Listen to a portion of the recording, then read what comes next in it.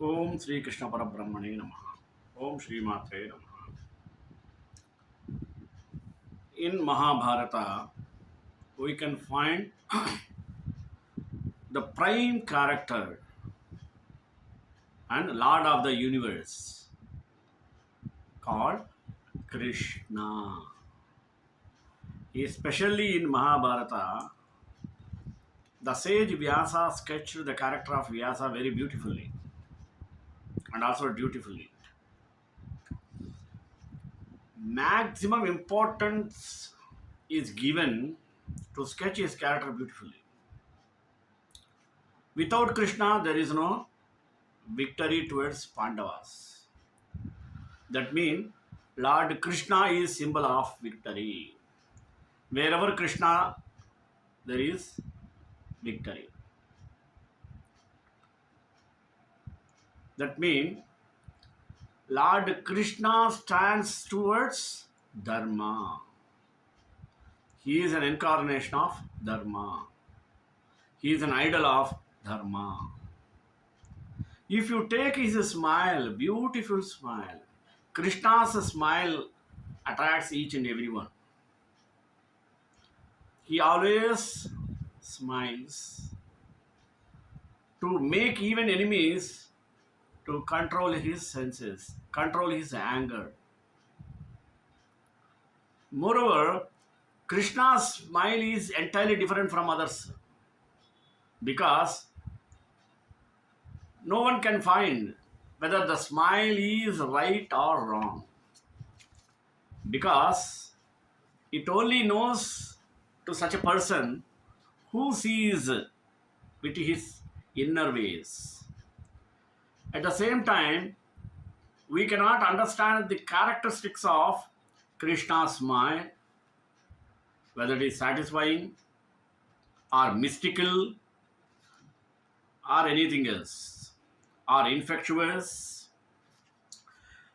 or ridiculous or lasting forever, whatever it may be, or enchanting, full of joy, always shows a kind of giving information to others. However, it may be, Lord Krishna's character is the most important and key role he played in Mahabharata. So, basing on all these things, today I took the topic of the smile of Krishna. Let us go in detail with prayer. Pujyaya Raghavendraya Satyadharmarataya cha Bhajatam Kalpavrukshaya Namatam Kamadhenave. Arjuna, overcome with anguish at the prospect of killing in battle, those he loved was obligated to respect, presented to Krishna his reasons for refusing to fight. After hearing to the words of Arjuna, to him who thus was a despondent in the midst of the two armies, smiling Krishna spoke these words. That is the smile of Krishna. The smile of Krishna is extremely significant, and we must be grateful to the sage Vyasa for including this detail that carries a momentous message. Why did Krishna smile?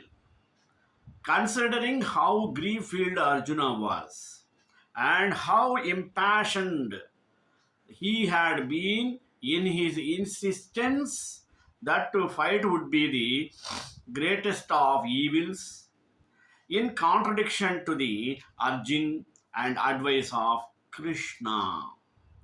Arjuna was both sad and rebellious. Yet Krishna smiled. The word in the Gita is prahasana, which means to smile before laughing. So it is not some weak smile, nor a condescending or sarcastic grimace, but very positive sign of impending mirth. How is this? Krishna smiled for several reasons.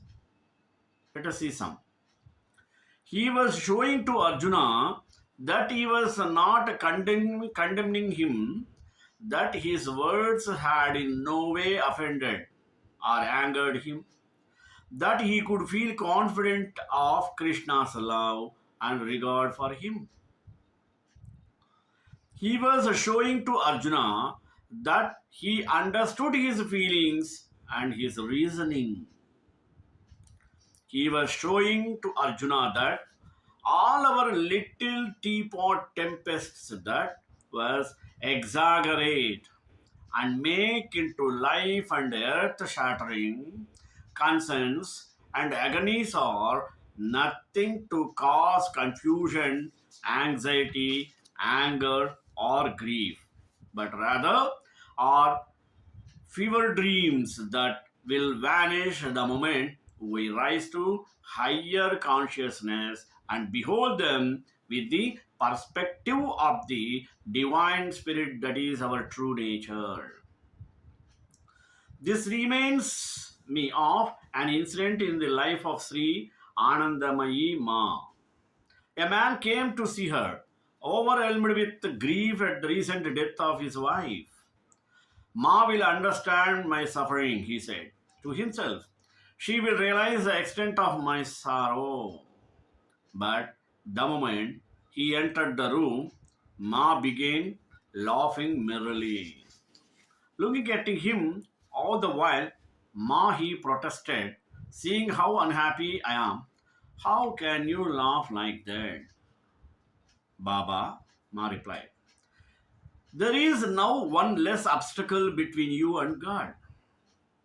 Have witnessed similar incidents with Ma in which her laughter instantly healed the sorrow or anxiety of those who came to her for sympathy.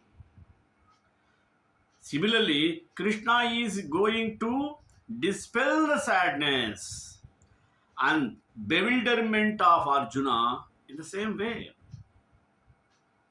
He was showing Arjuna that his words meant nothing, that he was going to fight anyway because Arjuna's Kshatriya nature would impel him to do so. Whatever he might think, he thought. Further, in Krishna's perspective, the battle was over and done. There was no question as to Arjuna's participation or the outcome. These have already been struck down by me. Be merely an instrument. Only those already killed by me. Do you kill? Do not hesitate. He was showing Arjuna that nothing can change the state of divine consciousness. That the myth of pleased or displeased God is a foolish fable. God is always God, and we are always ourselves. That is how God sees it, and so should so we. Nothing we can say, think, or do can possibly change God in any way. If God could be angered or gladdened by us, he would be as ignorant, changeable, and subject to suffering as we are. In fact, we would have more control him than he has over us, as we are continually ignoring him and being indifferent to him. Our changeability is a myth too. For all changes takes place only in the delusive wrappings of our unchanging spirit Atma, Purusha. Therefore, no matter that we think we do, God knows we have done nothing. Swami Prabhuananda's very interpretive translation says it very well. You dream, you are the doer. You dream that action is done. You dream that action bears fruit. It is your ignorance. It is world's delusion that gives you these dreams. Whatever our foolish antics, God smiles, knowing our eternal destiny with Him, whether it may be right or wrong. Smiling Lord Krishna says an unexpected thing to Arjuna in response to his fervent discussion on how he both should not and could not engage in battle on the field of Kurukshetra. The Holy Lord said, "You have been mourning for those who should not be mourned for, though you speak words of wisdom. The wise mourn neither the living or the dead." When I was novice in a Greek Orthodox monastery, which placed great emphasis on the mystical approach to Christianity and on meditation, particularly on the subject of inferior prayer. Krishna's reaction to this impassioned speech was to smile and say, "Your words are wise, Arjuna, but you are wrong." He then explained very fully just why Arjuna's conclusions were mistaken. And we will be looking at his explanations later. But for now, it will be beneficial for us to pursue this matter of being wrong even when we seem to be right. The fundamental problem is the character of the mind itself. It is intended as a link between the witness consciousness, that is our pure spirit, and the outer world, that is really only a dream in the mind of God and our minds, for we are co dreamers with God, dreamers within the great dream of creation and evolution. God and his creation are a bit like Moliere and his plays.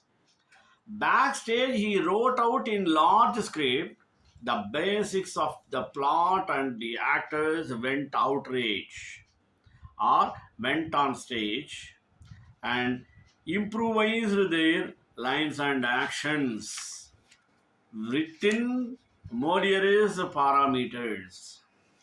After many performances, the words were written down, and Moliere has received all the credit for this improvisation. In the same way, God has set the boundaries and the basic scenario of evolution in consciousness. We then adlib our way through the whole thing until we develop the good sense to listen to those who have way to go about it.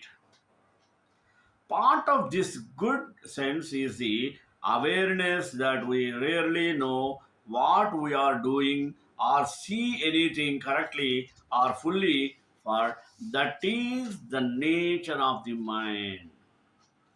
Distortion and incompleteness.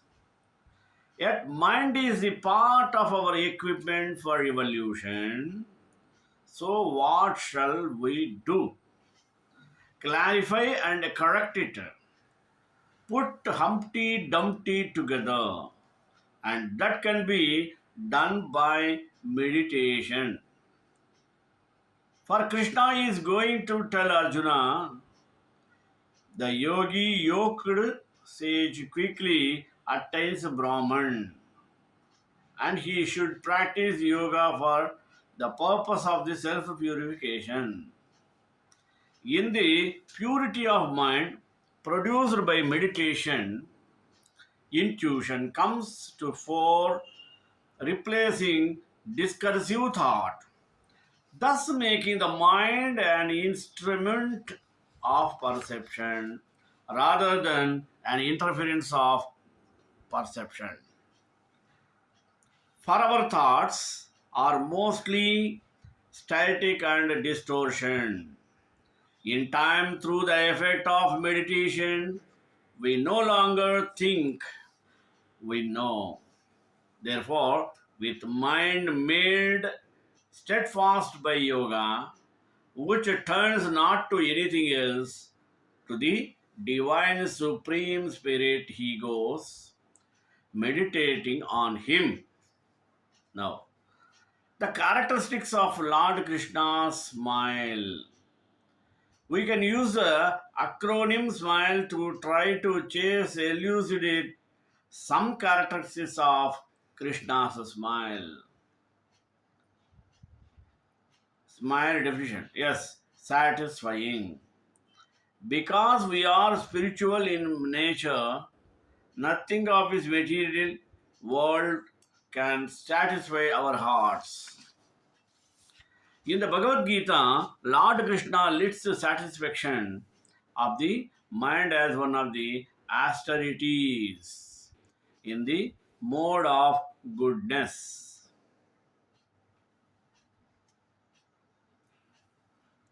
The more we find satisfaction in object of this world, the more we become dissatisfied and craves for more. But we can experience satisfaction as soon as we turn our face towards Lord Krishna in the attitude of bhakti or devotional service.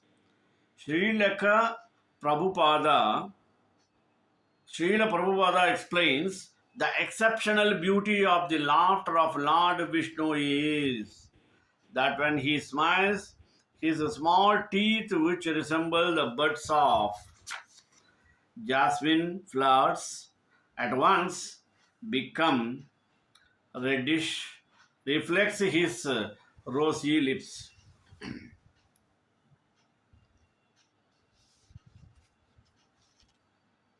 If the yogi is able to place the beautiful face of the Lord in the core of his heart, he will be completely satisfied.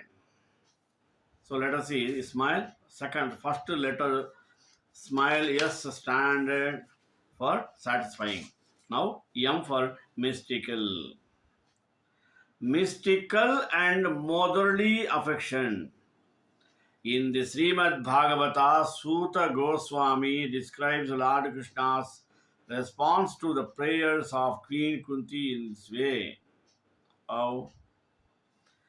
Prutate prutaye tam kalapadai parinuta kilodaya andam jahasa vaikunto mohayanniva maya. Lord, thus hearing the prayers of Kunti Devi composed in choice words for his great glorification, mildly smiled at him. That smile was as chanting as his mystic power. Krishna is known as Yogeshwara, the supreme master of the all mystic prowesses. By his mystic potency, he resides in countless spiritual Vaikuntha planets that he creates and annihilates countless material waver, and also he expands this riverside simultaneously in enemy-verse. There is no to limit in the Srimad Bhagavatam, the most alluring, illusory material of energy.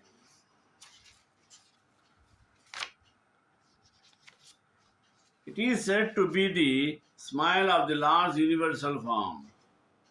In the spiritual world, Krishna's smile is the most attractive spiritual energy. When poverty, when poverty reflected in his world, it takes the form of the material energy which keeps living centuries or entities who are trying to lord over the national nature in devolution and burns them with the others quoted above, which many refer to his mystic power that bewilders the non-devotee means affection. Srila Prabhupada explains that Krishna smiles with affection for his devotees as a master of the universe smiles with affection for her body. And Krishna's smile, he makes devotees very happy and satisfied. In the smile, I, infectious. The Lord's smile infectiously makes his devotees smile even amid the trying situations of life. In Srimad Bhagavatam, Lord Kapila says, a yogi should meditate on the most benevolent smile of Lord Srihari, a smile which for all those who bow to him dries up the ocean of tears caused by intense grief. In our lives too, there are lots of difficulties, uncertainties, and ups and downs which can make us up hopeless or pessimistic. In such a state, when even kith and kin may flee from us, making our whole situation appear gloomy, we need to look at the smiling face of the Lord Krishna for hope and redemption. His smile never fades. He has a unique plan for each one of us. In Bhagavad Gita, Arjuna stands on the battlefield and sees his relatives armed against him. Feeling weakness of heart, he loses his composure. But in that grief stricken state, he accepts Lord Krishna as his spiritual master and submits himself before him. In Lord Krishna's prelude to his counsel, he smiles to show his compassion and to show that no problem is too big for him to solve. Meditation on examples like this one can help us remember the Lord's promises to his devotees and his inconceivable plan to being us all else closer to him even in trying situations. We find in Srimad Bhagavatam the history of the prostitute Pingala, in whose heart detachment arose from frustration.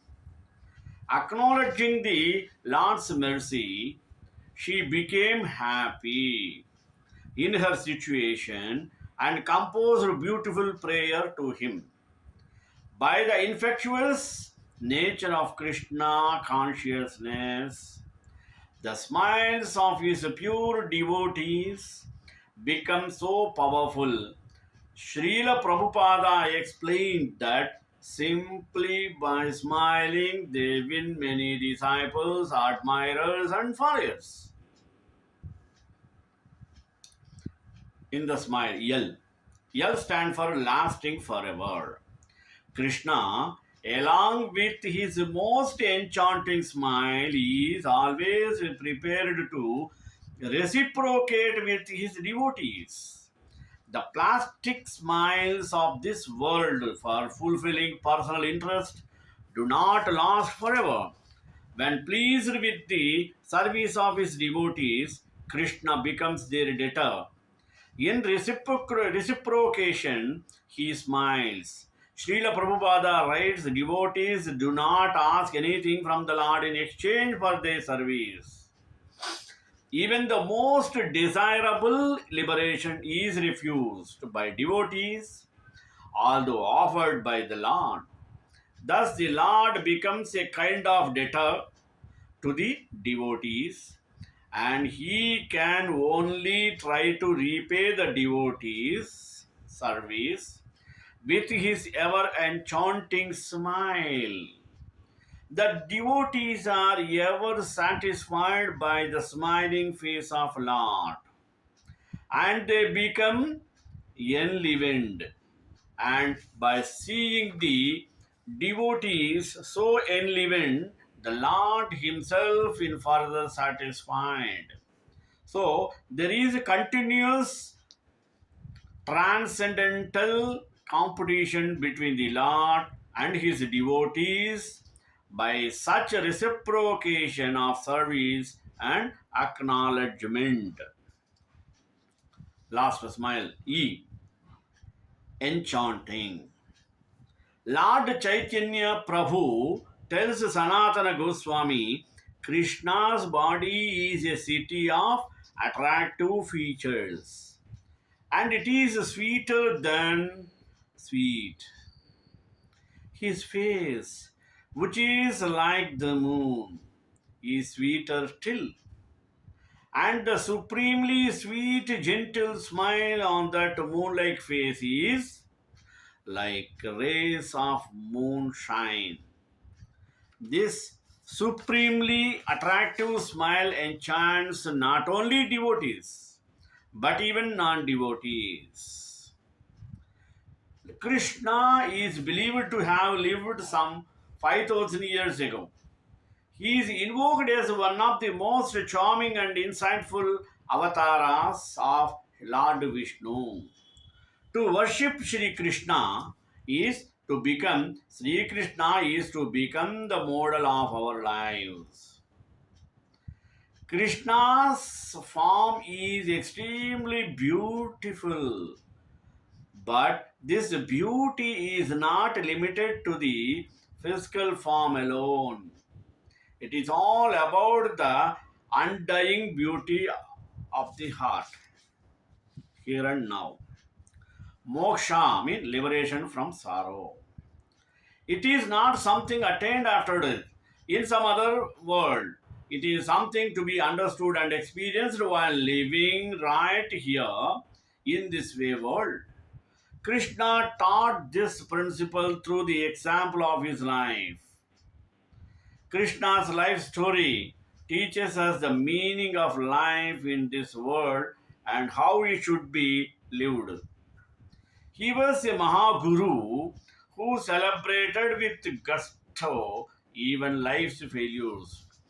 Don't make others cry, but live so that you make them smile. This was a lesson Krishna conveyed through his life. He is a charioteer who leads our chariot towards the bliss. Ordinarily, people like to derive pleasure from the suffering of others. However, Sri Krishna's inner bliss was laughter that overflowed to the world from the fullness of his heart. That was why, even in defeat on the own follies and shortcomings, a role model. Krishna is a role model for all of us, regardless of our chosen field of action. He lived as one with both kings and commoners. Even though born a prince, he tended cattle, drove the chariot, washed the feet of others, and even did menial work like clearing way and the palm leaf plates after a feast. He was ready to go to the unrighteous as a messenger of peace. He was revolutionary who raised his voice against improper practices. He discouraged people from offering prayers to Indra for rain, telling them to worship Govardhana hill instead. He explained to them that, in fact, it was these hills that were responsible for blocking the rain clouds. The first lesson in the environmental conservation were imparted to us by Sri Krishna. Even now, we must strive to protect nature and help maintain harmony in the world around us. When nature's harmony is the throne of balance, the relationship between human beings and also falls into disharmony, full of joy. Most of us become dispirited and lazy if not assigned the kind of work we like. We need to be able to perform all kinds of work with joy and contentment. We should all strive to emulate the enthusiasm and patience demonstrated by Krishna. Sometimes the circumstances will be favorable, sometimes unfavorable. Regardless of the kind of circumstances, perform your duties with enthusiasm. Let us conclude always smiling. You may engage in any and all the types of duties. This is the meaning of Krishna's inwardly remaining witness. It is this principle that is at the heart of Krishna's message to the world. श्रीकांताय कल्याण निधे निधे नाम श्री वेंकटनिवासाय श्रीनिवासाय मंगलम मंगला सात प्रेमदाय प्रभु में सर्वैश्वर्य आचार्य सद्गुरु सायास्तु मंगलम.